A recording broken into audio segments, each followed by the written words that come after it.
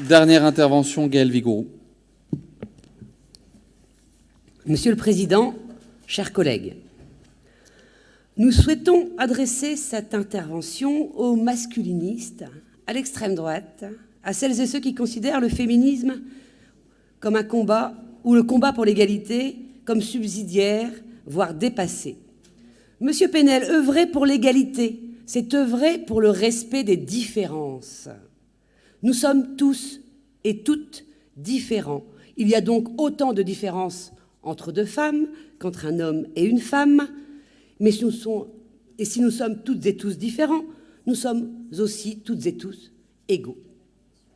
Au risque de leur déplaire, il va falloir que les sectaires révisent leur position, parce qu'il y a encore beaucoup de changements à opérer pour que la crise n'impacte pas encore davantage les femmes et pour parvenir à l'égalité réelle. En Bretagne, l'égalité est avant tout un enjeu de démocratie. C'est sans doute pour cela que c'est un enjeu dont s'emparent les démocrates. Il est donc normal qu'une collectivité comme la nôtre s'en empare dans un maillage nécessaire avec l'État, avec les collectivités locales, avec les entreprises, avec les associations et avec les citoyennes et les citoyens. L'égalité, c'est l'affaire de tous. Pendant la crise du Covid, nous avons bien vu que les femmes étaient en première ligne.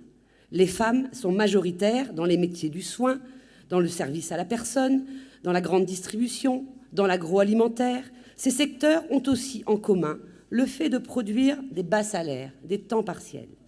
Dans tous les secteurs, au cours de la crise sanitaire que nous traversons, des femmes ont fait front, sans protection, allant parfois au travail la peur au ventre et la fleur au fusil.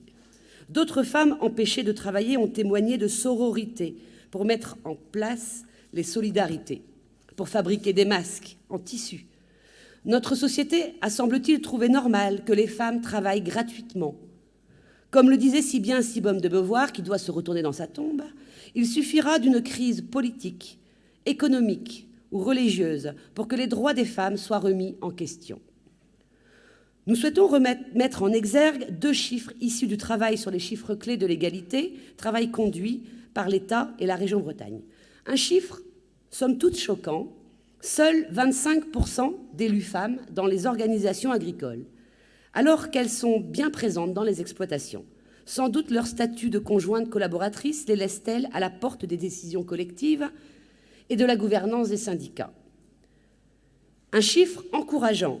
Les femmes, qui ne sont que 30% de créateurs, créatrices d'entreprises, sont majoritaires, 66%, dans l'économie sociale et solidaire.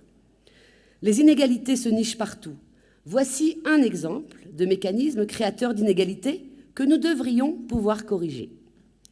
Nous avons soutenu deux actions de riposte face au Covid-19, parmi beaucoup d'autres. La première, la création de visières produites via des imprimantes 3D, une démarche appuyée sur une chaîne de solidarité et coordonnée par l'Open Factory, le Fab Lab de l'UBO à Brest. C'est un projet d'innovation technique tout à fait intéressant qui a bénéficié d'une aide de 90 000 € de la région. Nous nous en réjouissons. Le second projet concerne la fabrication de masques en tissu, l'usine invisible, une innovation sociale portée par 5 femmes, couturières professionnelles, qui ont inventé, au pas de course, une coopérative éphémère portée par la coopérative régionale d'éducation à l'entrepreneuriat collectif, le CRIC. Plus que des masques en tissu, elles ont construit un système juste et socialement responsable, puisqu'elles fabriquent des masques de qualité, réutilisables, et permettent aux couturières professionnelles d'être rémunérées et aux couturières solidaires de souscrire à un contrat CAP, contrat d'appui au projet d'entreprise, ou de reverser le fruit de leur travail à une association solidaire de leur choix. Cette initiative a été accompagnée par la région à hauteur de 25 000 €. Qu'est-ce qui explique ce différentiel ? Le premier répond directement à nos critères de développement économique sur le numérique, l'innovation collaborative, projet high-tech, qui bénéficie de budget et d'un écosystème structuré. L'autre projet est fléché sur le budget économie sociale et solidaire, innovation sociale. C'est aussi un projet d'innovation collaborative qui a fait preuve de recherche et de développement sur le tissu français, sur le modèle et l'ergonomie du masque, afin que les salariés en situation professionnelle puissent travailler dans de bonnes conditions avec des masques ergonomiques produits localement.